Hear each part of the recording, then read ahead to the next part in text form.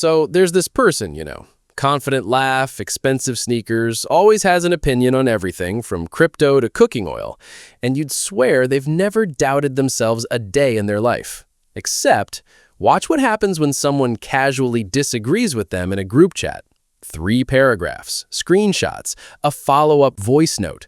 That, my friend, is not confidence defending itself. That's insecurity wearing confidence as a costume. And today, we're pulling the costume off because psychology has receipts on exactly how insecure people behave when they think nobody's watching. First one, the over-explainer. You ask someone why they were late, expecting traffic, and instead you get a full documentary. The mechanic, the ex who called, the cashier who shortchanged them. Confident people give you the headline. Insecure people give you the whole Netflix series, because somewhere inside they're convinced that if the explanation isn't airtight, you'll conclude they're worthless. Psychologist Leon Festinger's work on cognitive dissonance basically explains this. The gap between "I want you to think I'm reliable" and "I fear I'm not" gets filled with words. Lots and lots of words. Second, constant subtle flexing. Not bragging outright, that's too obvious.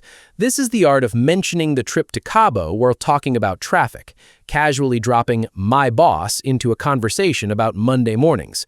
Real self-esteem doesn't need an audience to confirm it exists. It's quiet. It's the person who owns 3 properties and still asks you how your small business is doing like it's the most interesting thing in the city. Third, they can't take a compliment to save their life. You say, "That dress is lovely," and instead of "thank you," you get, "this old thing, I got it on sale, whatever."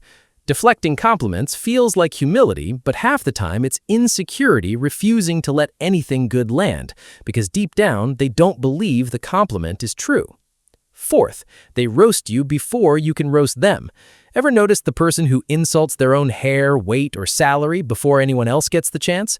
It's called preemptive self-deprecation, and it's basically insecurity doing damage control. I'll laugh at myself first so it doesn't hurt when you do it, except nobody was going to. Fifth, they mirror everyone around them like a chameleon at a family gathering.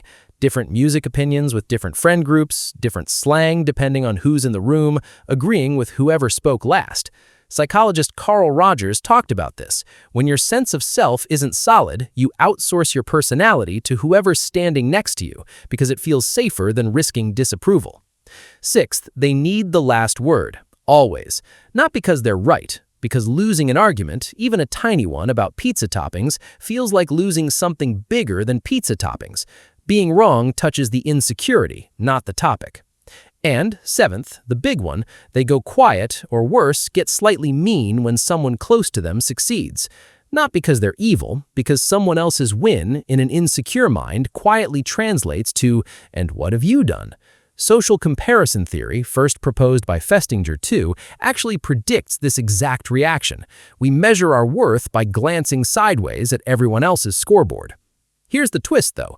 You've probably done at least 2 of these 7 this week without noticing. Everybody has. Insecurity isn't a personality type. It's a very human, very universal leak that shows up in the small moments when we think we're being subtle. The people who seem the most put together aren't the ones without insecurity. They're just the ones who've stopped performing around it.